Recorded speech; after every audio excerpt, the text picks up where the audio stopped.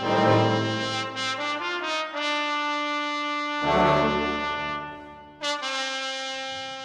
teman-teman, happy weekend. Pantun rohani untuk hari ini dengan Nia dan Feby di Surabaya. Rupanya bukan hanya pada zaman sekarang ini.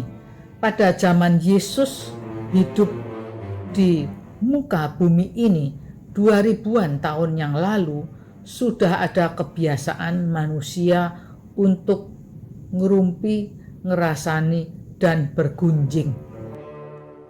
Tidak jarang ngerumpi dan ngerasani itu menjadi begitu kejam. Kalau ada seorang yang mendapat kemalangan, bukan diberi rasa belas kasih dan empati, tapi malah dihujat, dihakimi, dan bahkan bisa menjadi fitnah. Cobalah lihat di medsos.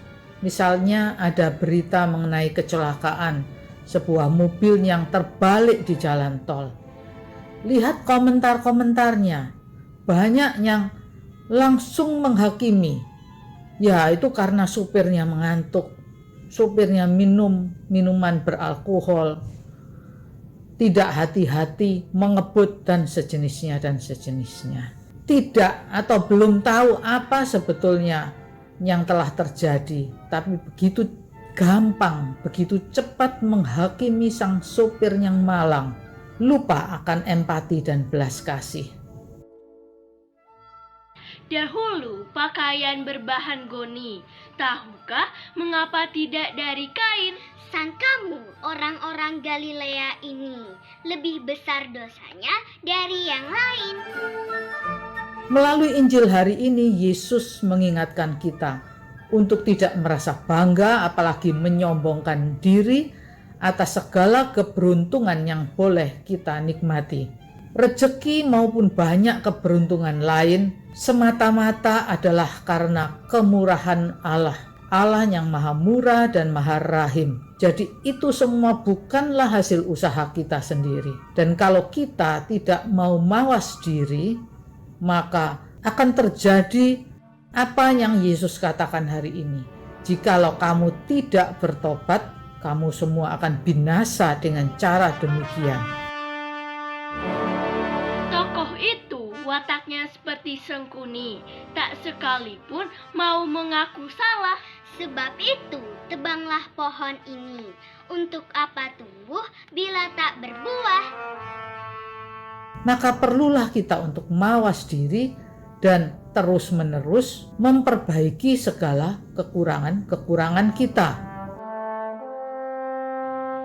Setiap pagi, setia membaca ruah, agar pelita selalu tetap bernyala. Bila sudah kepupuk dan tak berbuah, silahkan langsung ditebang saja.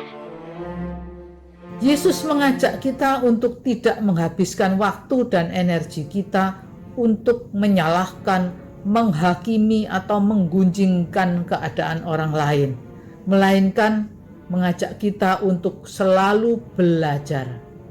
Kita perlu belajar untuk hidup makin baik, bukan saja dari pengalaman diri sendiri, namun juga belajar dari pengalaman hidup orang lain, seraya mensyukuri semua kebaikan dan keberuntungan yang boleh kita terima dari Allah. Rasa syukur yang murni adalah rasa syukur tanpa merendahkan orang lain yang mungkin tidak seberuntung kita.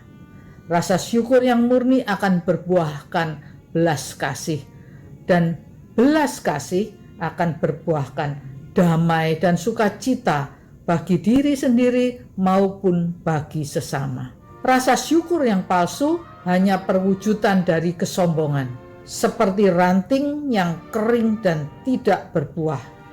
Itulah si munafik yang menepuk dadanya dan berkata, "Untung saya jadi orang jujur, sehingga saya menjadi makmur seperti ini.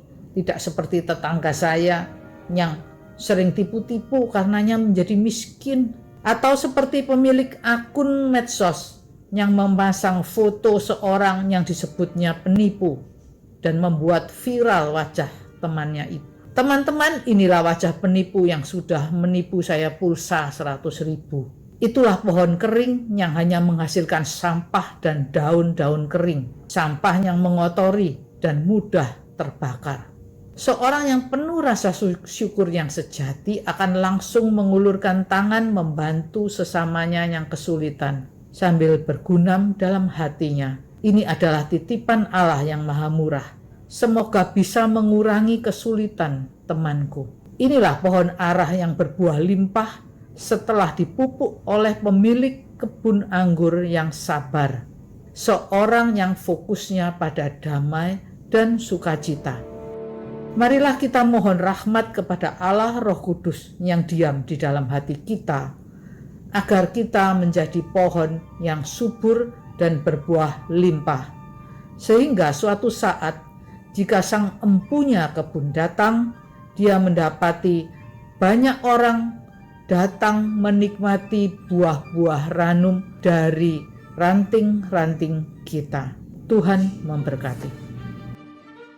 Et benedictio Dei omnipotentis, Patris, et Filii, et Spiritus Sancti, descenda super vos et maneat semper. Terima kasih, berkah dalam.